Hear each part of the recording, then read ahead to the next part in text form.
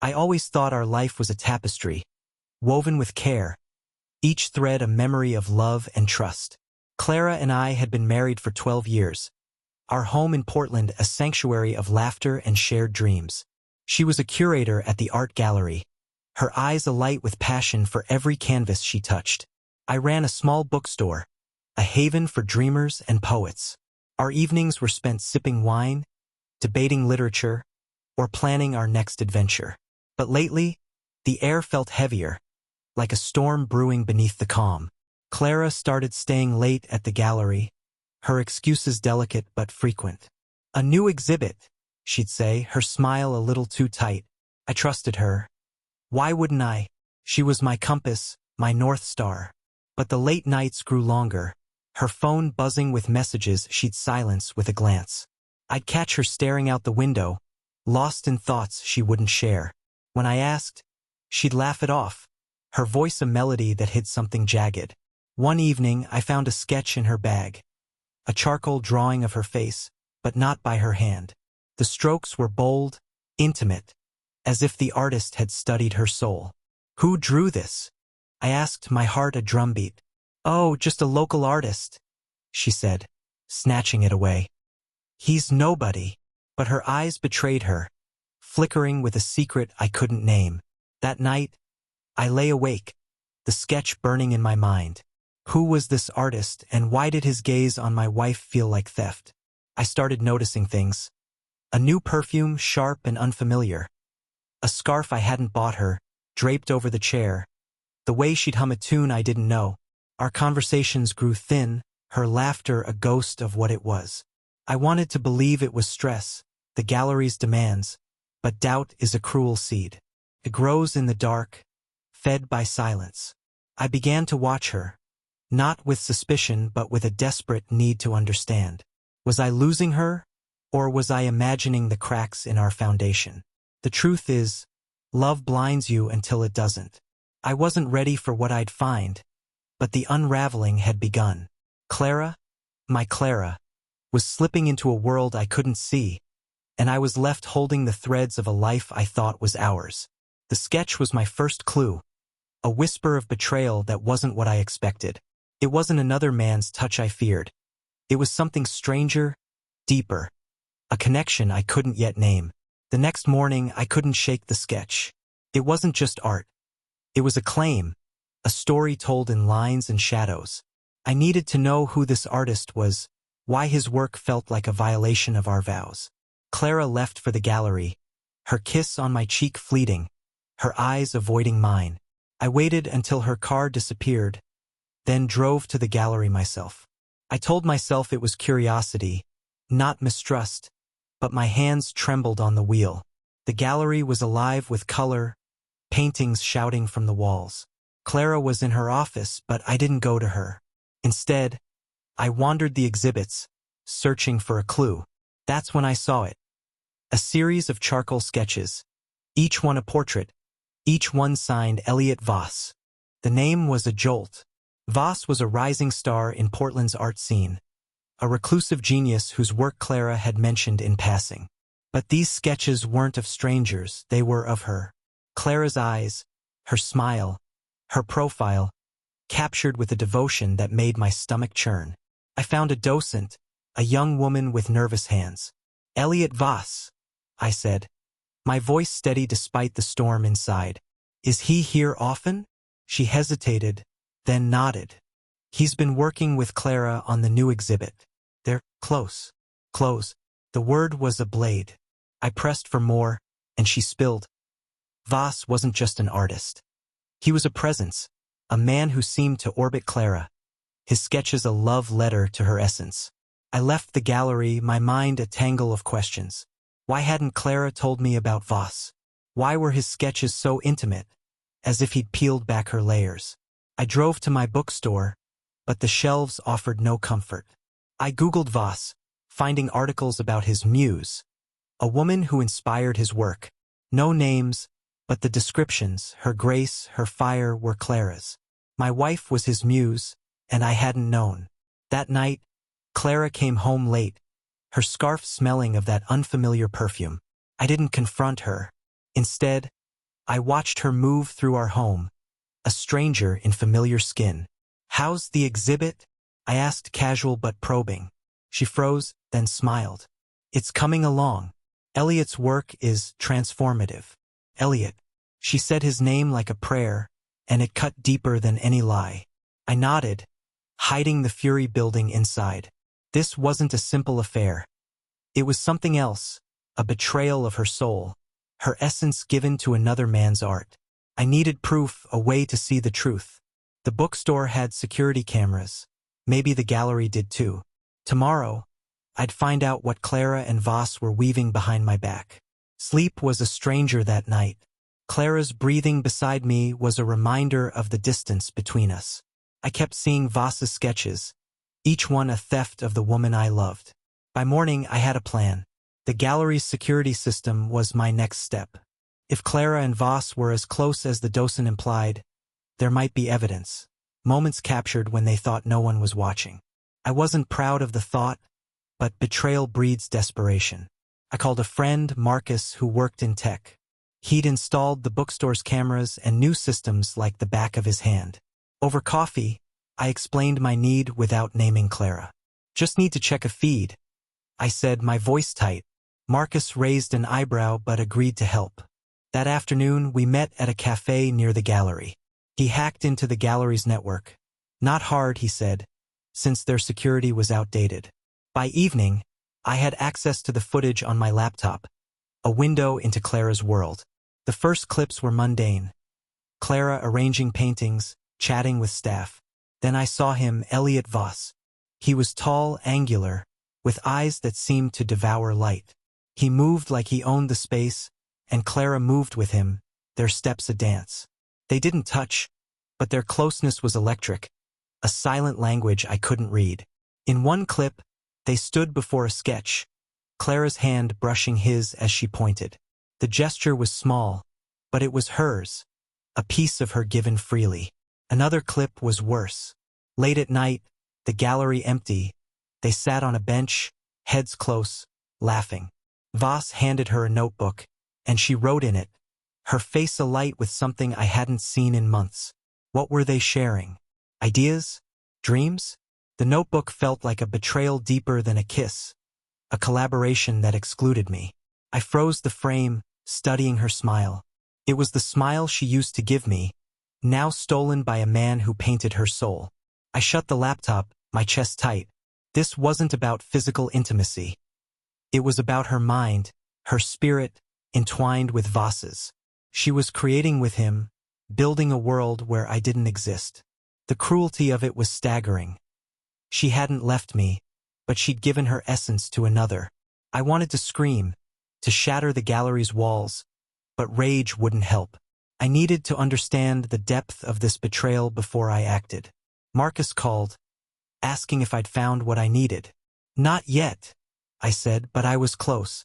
Tomorrow I'd follow Clara, see this connection in the flesh.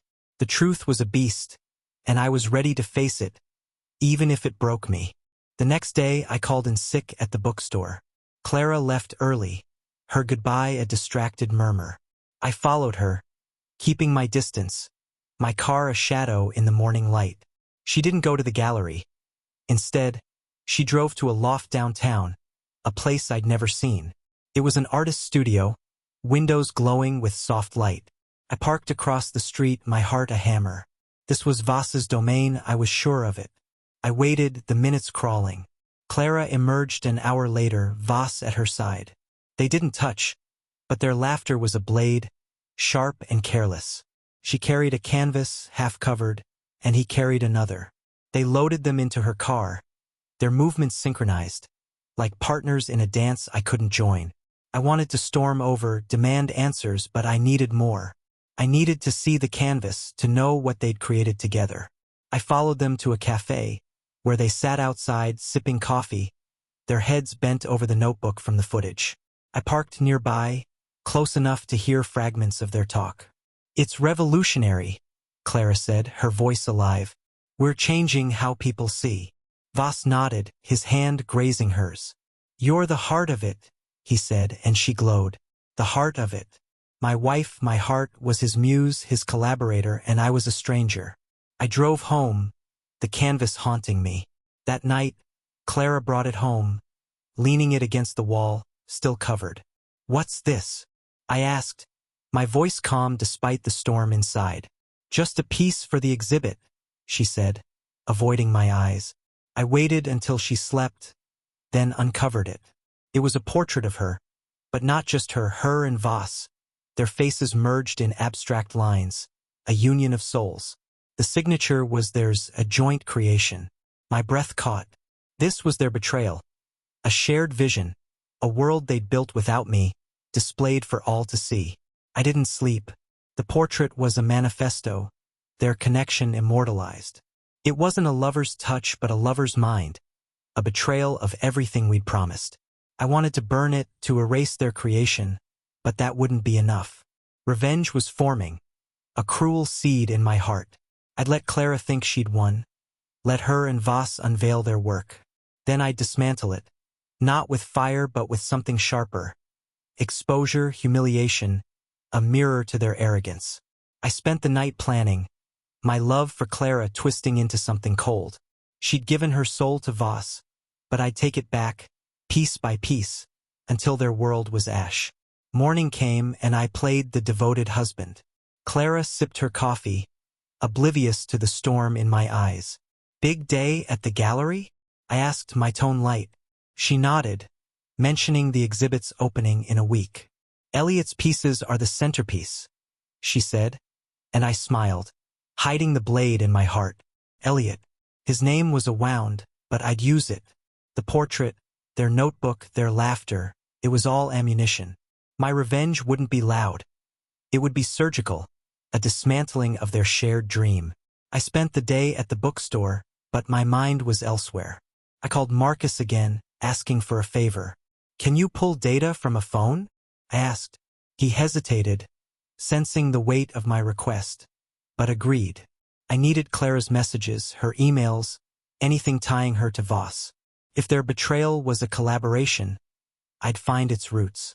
By evening, Marcus sent me a file. Texts between Clara and Voss, hundreds of them. They weren't romantic in the usual sense, but they were intimate, a dialogue of ideas, dreams, and art. "You're my spark," Voss wrote. "This is ours," Clara replied. "Ours." The word was a theft, her loyalty to me erased. The texts revealed their plan. The exhibit wasn't just art. It was a statement, a redefinition of connection, they called it. They'd written a manifesto, stored in that notebook, to be published with the exhibit. It was their legacy, and I was nowhere in it. The cruelty of it burned. Clara hadn't just shared her mind. She'd rewritten our life to exclude me. I printed the texts, each one a brick in the wall of my resolve. Revenge wasn't enough. I wanted obliteration. I visited the gallery after hours, using the access Marcus had given me. The exhibit was taking shape, Clara's and Voss's work dominating the space. I found the notebook on her desk, its pages filled with their words, their vision. I photographed every page, my hands steady despite the rage. This was their heart, and I'd tear it out. But how? Exposure was too simple. I needed something that would haunt them, something that would make their creation a curse. Back home, I studied the manifesto. It was bold, pretentious, a love letter to their shared genius. An idea formed, cruel and precise. I'd let the exhibit open, let them bask in their glory. Then I'd rewrite their narrative, turn their art into a scandal, a mockery. I'd need help, contacts in the art world, a whisper campaign, a way to twist their words. Clara thought she'd built a new world with Voss, but I'd show her how fragile it was. The game was on, and I was no longer the husband she knew. I was her reckoning, and she'd never see it coming. The bookstore became my war room, its quiet corners hiding my growing obsession. Clara's betrayal wasn't a fleeting moment. It was a tapestry she'd woven with Voss, thread by thread, leaving me a ghost in her world. The texts, the notebook, the portrait, they were proof of a connection that cut deeper than any embrace. My revenge needed to match that depth, to unravel their creation with precision. I couldn't do it alone, so I began building a network of allies, each one a pawn in my game. First was Marcus, my tech confidant. He'd already breached the gallery's security and Clara's phone, but I needed more. Can you track their movements? I asked over beers at a dimly lit pub. He frowned, sensing the darkness in my tone, but nodded. GPS, email hacks, whatever you need, he said. I gave him Voss's number from the texts. If Clara and Voss met secretly, I'd know where and when. Marcus didn't ask questions. Loyalty was his currency, and I was cashing in. Next, I reached out to Lena, a critic who frequented my bookstore. She was sharp, her pen a scalpel in Portland's art scene. Over coffee, I fed her crumbs of the story Voss's muse, the manifesto, the exhibit's hype, without naming Clara. Sounds like a scandal waiting to happen, she said, her eyes glinting. I planted the seed. What if the exhibit wasn't genius but a sham? A collaboration built on stolen ideas? Lena took the bait, promising to dig. Her influence would be my megaphone when the time came. I also contacted Theo, a rival artist who despised Voss's rise. At his cluttered studio, I shared a doctored version of the manifesto, tweaking it to mirror Theo's own work. They're ripping you off, I said, watching his face darken. He didn't know Clara was involved, only that Voss was claiming credit for ideas that echoed his. Theo's ego was my weapon. He'd spread whispers of plagiarism, tainting the exhibit's glow. Each ally was a thread in my web, their motives aligned with mine but blind to the full picture. Clara and Voss thought their exhibit was untouchable, a monument to their bond. I'd turn it into a house of cards, fragile and ready to collapse. That night, I studied the notebook's photos again, its pages a map of their arrogance. My plan was taking shape. Expose their manifesto as derivative, their collaboration as a betrayal of the art world's trust. Clara would lose her reputation, Voss his pedestal, and their shared dream would become their shame. The opening was 6 days away, and I was ready to tighten the noose. Living with Clara was like walking a tightrope. Every smile I forced, every touch I offered, was a lie to keep her unsuspecting. She moved through our home, radiant with the excitement of the exhibit, oblivious to the storm I was brewing. You should come to the opening, she said one morning, her eyes bright. It's going to be special. Special. The word was a dagger, but I nodded, promising to be there. I'd be there, all right, but not as the proud husband she expected. I spent my days refining the plan. Marcus sent updates. Clara and Voss met daily at the loft, their time spent painting, writing, planning. The GPS data showed late-night visits, hours unaccounted for. Each report fueled my resolve, but it also hurt.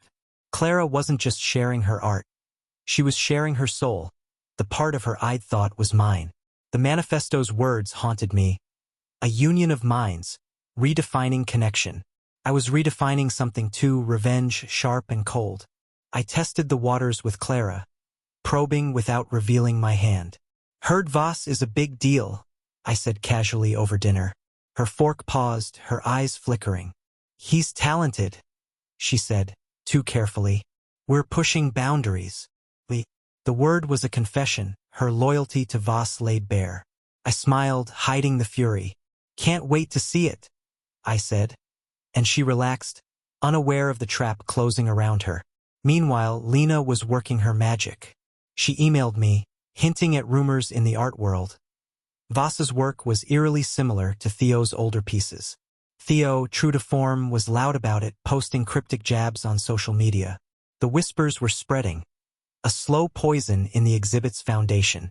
I fed Lena more, leaking snippets of the manifesto, twisted to sound pompous and unoriginal. She didn't know Clara was my wife, only that the story was juicy. This could ruin them, she wrote. I hope so. At night, I lay beside Clara, her warmth a cruel reminder of what we'd lost. She dreamed of her triumph, while I dreamed of her fall. The portrait in our living room, still covered, was a symbol of their bond. I'd use it somehow to twist the knife. The opening was a stage and I was writing the script. Clara thought she'd found her muse in Voss, but I'd show her what it meant to lose everything. My allies were in place, the rumors were growing, and the clock was ticking. 5 days left, and I was no longer the man she married. I was her shadow, her reckoning, and I'd make sure she felt every cut. The day before the exhibit, the art world was buzzing. Lena's article dropped online, a subtle but scathing piece questioning Voss's originality. Is Elliot Voss a visionary or a thief? It asked, citing similarities between his work and Theo's. The comments exploded, some defending Voss, others smelling blood. Theo fanned the flames, sharing old sketches that looked eerily like Voss's. I read it at the bookstore, my heart a drumbeat. The first crack in their foundation was forming, and I'd barely lifted a finger. Clara came home rattled, her calm facade cracking. There's drama about the exhibit, she said, pacing. People are saying awful things about Elliot. Elliot, not us. Her loyalty to him was a fresh wound. I played the concerned husband, asking questions, letting her vent. It's just jealousy, she insisted, but her voice trembled. I nodded, hiding my satisfaction. Jealousy wasn't the problem. I was. The rumors were my doing, and they were only the beginning. Marcus sent me new data. Clara and Voss had met at the loft late last night, their texts frantic. We need to address this, Clara wrote. Our work stands on its own, Voss replied. Our work. The phrase was a mantra, their bond a fortress. But fortresses fall, and I had the battering ram. I spent the evening combing through the manifesto's photos, looking for weaknesses. One passage stood out, a claim that their art transcended ownership, a lofty idea that could be spun as an excuse for stealing. I sent it to Lena, anonymously, with a note. Sounds like they're justifying plagiarism. I also found a contact in the gallery's PR team, a disgruntled assistant named Sarah who'd been sidelined by Clara's focus on Voss. Over drinks, I played the sympathetic friend, nudging her resentment. Clara's all about Voss now, I said, and Sarah spilled. The exhibit's budget was bloated, Voss's demands unchecked. I suggested a leak, a whisper to the press about mismanagement. Sarah's eyes lit up. She'd do it, not knowing I was pulling the strings. Another crack, this one financial. That night, Clara was distracted, her phone buzzing with messages she didn't share. I watched her, my love for her a distant memory, replaced by a cold determination. The portrait in the corner seemed to mock me, their merged faces a symbol of my erasure. I'd use it somehow to seal their fate. The opening was tomorrow, and my plan was ready. Lena's article would escalate, Sarah's leak would hit, and Theo's accusations would peak. Clara and Voss would walk into their triumph, unaware it was a trap. I went to bed, my mind racing. The stage was set, and I was the director of their downfall. The gallery was a cathedral of light, packed with Portland's elite, critics, artists, collectors. Clara shone, her dress a cascade of silver, her smile a mask of confidence. Voss stood beside her, his angular frame commanding attention. I lingered at the edges, a glass of wine in hand, my heart a furnace. The exhibit was stunning, their sketches and paintings a symphony of emotion. The portrait, unveiled, dominated the room, Clara's and Voss's faces intertwined in abstract glory. The crowd gasped, but I saw only betrayal, their bond a public wound. Clara spotted me, waving me over. Isn't it incredible? She asked, her eyes searching mine. I nodded, my voice warm. You've outdone yourself, I said, the lie bitter. Voss shook my hand, his grip firm, his smile unaware of the storm I'd unleashed. I excused myself, blending into the crowd, my allies already at work. Lena was there, her notepad out, her questions to Voss pointed. How do you respond to the plagiarism claims? She asked, and his smile faltered. Clara stepped in, deflecting, but the seed was planted. Sarah's leak hit during the speeches. A local blog posted it. Gallery mismanagement funds Voss's ego. Whispers spread, heads turning. Clara's face tightened, her composure fraying. Theo was in the crowd, loud and bitter, pointing out his ideas in Voss's work. The room buzzed with doubt, the exhibit's glow dimming. I watched from a corner, my pulse steady. This was my symphony, each note a strike against their legacy. I planned one more move for the night. During a quiet moment, I slipped into the gallery's office, using Marcus's access to the projector system. I uploaded a slide, a page from the manifesto, doctored to sound arrogant and derivative. We transcend ownership, claiming all ideas as ours. It flashed on the wall during Clara's speech, the words a slap. The crowd murmured, critics scribbling, Voss's face paling. Clara froze, her voice catching. "A mistake," she stammered. But the damage was done. Their manifesto, their heart, was now a joke. I left early, my absence unnoticed. Clara would come home late, shaken, and I'd be the comforting husband, hiding my triumph. The night was a success, but it wasn't enough. The portrait, the notebook, their bond, they still stood. My revenge needed a final act, something to break them both, to make Clara feel the emptiness she'd left in me. I drove home, the city lights blurring, my mind already on the next step. Tomorrow I'd push harder, using their own creation to bury them. Clara thought this was her moment, but it was mine, and I'd make sure she remembered it forever. The morning after the opening, Clara was a shadow of herself. She sat at the kitchen table, her coffee untouched, scrolling through reviews on her phone. The headlines were brutal. Voss's exhibit? Genius or fraud? Gallery scandal rocks Portland art scene. Lena's article had gone viral, Theo's accusations fueling the fire, and Sarah's leak adding weight. Clara's name wasn't spared. She was Voss's muse, complicit in his questionable work. I watched her, my face a mask of concern. "It'll blow over," I said, but my heart sang. She looked at me, her eyes raw. "It's not fair," she said. "We worked so hard." The word was a reminder of her betrayal, her soul entwined with Voss's. I nodded, offering comfort, but inside, I was orchestrating the next phase. Marcus had sent me more, Clara's emails with Voss, planning a response to the scandal. They were defiant, vowing to prove the art's truth. Their arrogance was my opportunity. I'd let them dig their own grave, then push them in. I met Lena at a diner, feeding her more. I showed her the manifesto's original pages, unedited, but framed them as proof of Voss's hubris. "They think they're above criticism," I said, and Lena ate it up. She promised a follow-up piece, one that would question Clara's role. Was she a partner or a pawn? She mused. I didn't care as long as Clara felt the sting. I also tipped off a blogger, sending doctored texts suggesting Voss had manipulated Clara, using her for credibility. The art world loved drama, and I was feeding them a feast. Theo was my next move. I sent him an anonymous package. Sketches from Voss's early work, altered to look even more like Theo's. He'd take them public, claiming theft, and the plagiarism narrative would solidify. Sarah, meanwhile, leaked more. Invoices showing Voss's exorbitant fees, paid by the gallery's strained budget. The gallery's board was furious, demanding Clara explain.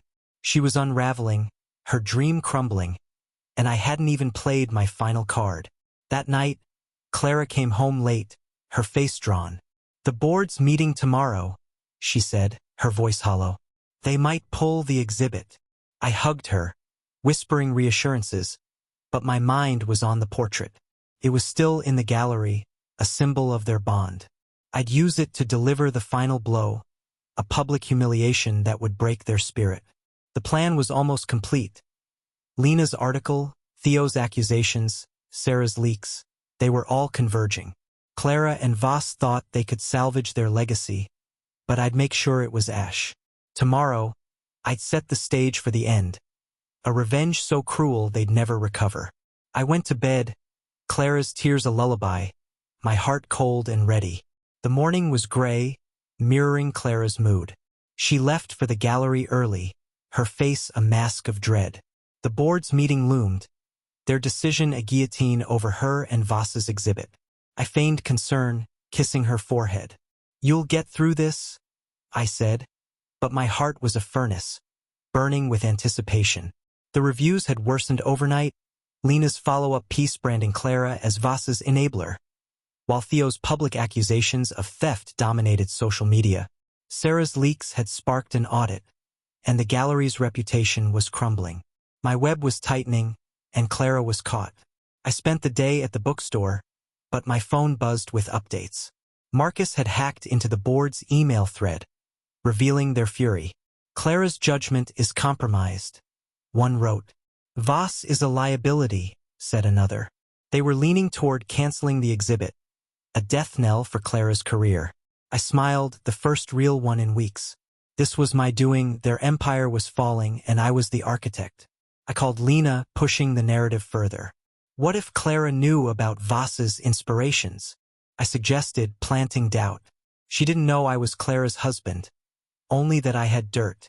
That's explosive, she said, promising to hint at Clara's complicity in her next piece. I also tipped off a local radio host, feeding them the doctored manifesto page I'd projected at the opening. Sounds like they're mocking the art world, the host said, eager to stir the pot. Each move was a brick in the wall of their ruin. Clara came home late, her eyes red. They're pulling the exhibit, she whispered, collapsing into a chair. It's over. I held her, my touch a lie, my voice soothing. You'll rebuild, I said, but I knew she wouldn't. The portrait, still at the gallery, was my final weapon. I'd planned its role, a public humiliation to seal their defeat. Tomorrow I'd act, using their own creation to bury them. Clara thought this was the worst of it, but I was far from done. Her tears were fuel, her despair a canvas for my revenge. I lay awake, plotting the final strike. The portrait wasn't just art. It was their soul, their bond immortalized. I'd turn it into a symbol of their shame, a spectacle the art world would never forget. My allies were ready, the stage set. Clara and Voss had built a dream, but I'd make it a nightmare. The end was near, and I was no longer the man who loved her. I was her judge, her executioner, and I'd make sure she felt every moment of her fall. The next day I moved with precision. Clara stayed home, shattered by the board's decision, giving me freedom to act. I drove to the gallery, the portrait my target. It was still on display, a defiant relic of their bond, but not for long. I'd turn it into a weapon, a public statement that would haunt Clara and Voss forever. Marcus had given me access to the gallery's digital signage system, and Sarah, bitter at Clara's fall, agreed to help with the logistics. My plan was cruel, but it fit their betrayal, a betrayal not of body, but of mind and soul. I entered the gallery through a side door, avoiding the staff. The portrait loomed, Clara's and Voss's faces merged in abstract lines, a testament to their shared vision. I photographed it, then uploaded the image to the gallery signage system, scheduled to display at noon, when critics and visitors would be there. But I didn't stop there. I overlaid text, a twisted version of their manifesto. Our union transcends truth, claiming all is ours. It was a lie, but it would look like their words, arrogant and damning. The art world would see it as a confession, a final nail in their coffin. Sarah arranged for a technical glitch, ensuring the image stayed up for hours. She also tipped off Lena and other critics, framing it as a desperate move by Clara and Voss to salvage their reputation. Theo, still raging, would amplify it, claiming the portrait stole his style. The setup was perfect. Their masterpiece would become a scandal, their bond a punchline. I left the gallery, my pulse steady, the trap set. At noon, my phone lit up with notifications. Lena texted, "What is this?" "They're imploding." The signage had gone live, the portrait and text dominating the gallery's screens. Social media erupted, critics calling it hubris, collectors pulling funding. Clara called, her voice frantic. "Someone sabotaged us," she cried. "The screens, it's awful." I played the shocked husband, promising to come home, but I lingered at the bookstore, savoring the chaos. Voss's reputation was ash, Clara's career in ruins, and their shared dream a public mockery. I wasn't done. The portrait's physical canvas was still there, and I had one final use for it. I'd let the scandal peak, then deliver a personal blow, something Clara would carry forever. My revenge was a symphony, each note precise, and the crescendo was coming. I drove home, ready to face her, my mask of love intact. She'd never suspect me, never know the depth of my rage. Their betrayal had broken me, but I'd break them worse. Tomorrow I'd finish it using their own creation to seal their fate. The portrait was my blade, and I'd carve their legacy to pieces. Clara was a wreck when I got home, her face buried in her hands. The gallery had called, blaming her for the signage glitch, though they couldn't prove it. Voss was unreachable, his silence a betrayal of their bond. I held her, my touch a performance, my words a bomb. "We'll fix this," I lied, but my mind was on the portrait's canvas, still at the gallery. It was time for the personal strike, a blow that would hit Clara where it hurt most. Not her career, but her heart. I planned it carefully. The portrait wasn't just art. It was their soul, a symbol of their connection. I'd destroy it, but not with fire or paint. Those were too crude. Instead, I'd make it a mirror, reflecting their arrogance back at them. I called Sarah, asking her to retrieve the canvas under the guise of storing it safely. She complied, resentful of Clara and eager to help. By evening, the portrait was in my bookstore's back room, its faces staring up at me, mocking my pain.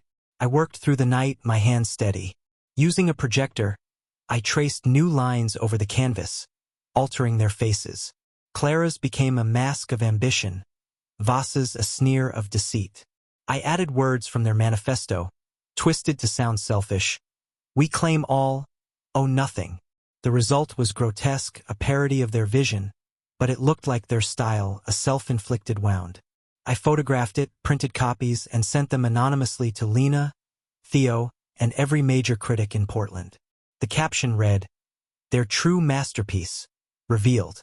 By morning, the altered portrait was everywhere. Blogs called it Voss and Clara's final confession, a stunning act of self-sabotage. Theo claimed it proved his theft accusations, while Lena's new article dissected its narcissism. Clara saw it online, her gasp a knife in the silence. "How could this happen?" she whispered, tears falling. I shrugged, my face neutral. "Maybe someone got inside their heads," I said, the irony my secret triumph. She didn't suspect me, her grief blinding her to the truth. The gallery disavowed them, the board firing Clara for gross mismanagement. Voss vanished, his loft empty, his name poison. Their bond, once a fortress, was rubble. But I wasn't satisfied.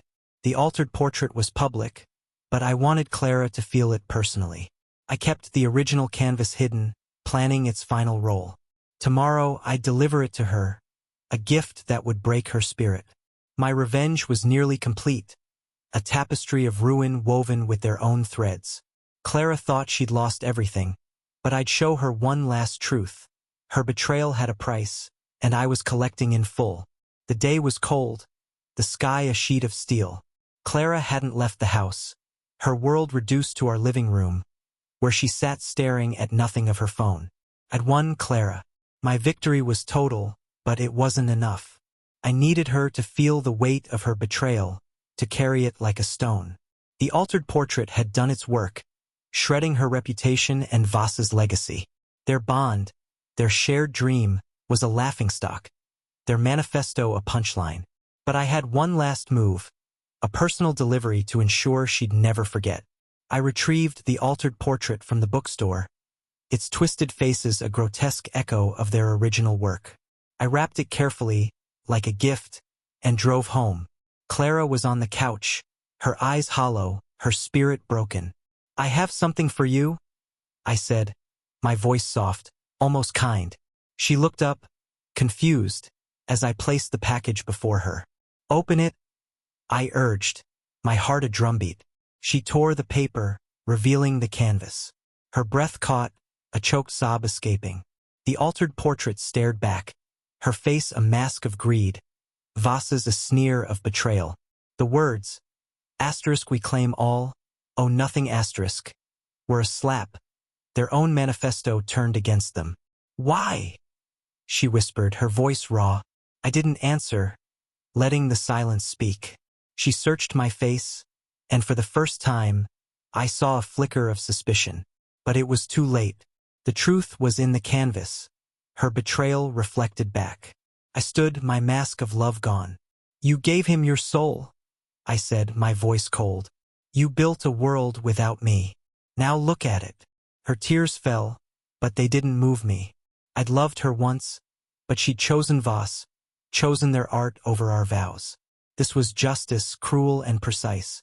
She clutched the canvas, her hands trembling, as if holding her own heart. I left her there, the portrait her only company. Outside, the air was sharp, cleansing. My allies, Lena, Theo, Sarah, Marcus, had played their parts, but this moment was mine. The art world would forget Clara and Voss, their names synonymous with failure. I dismantled their dream, piece by piece, and now I'd walk away, free of her shadow.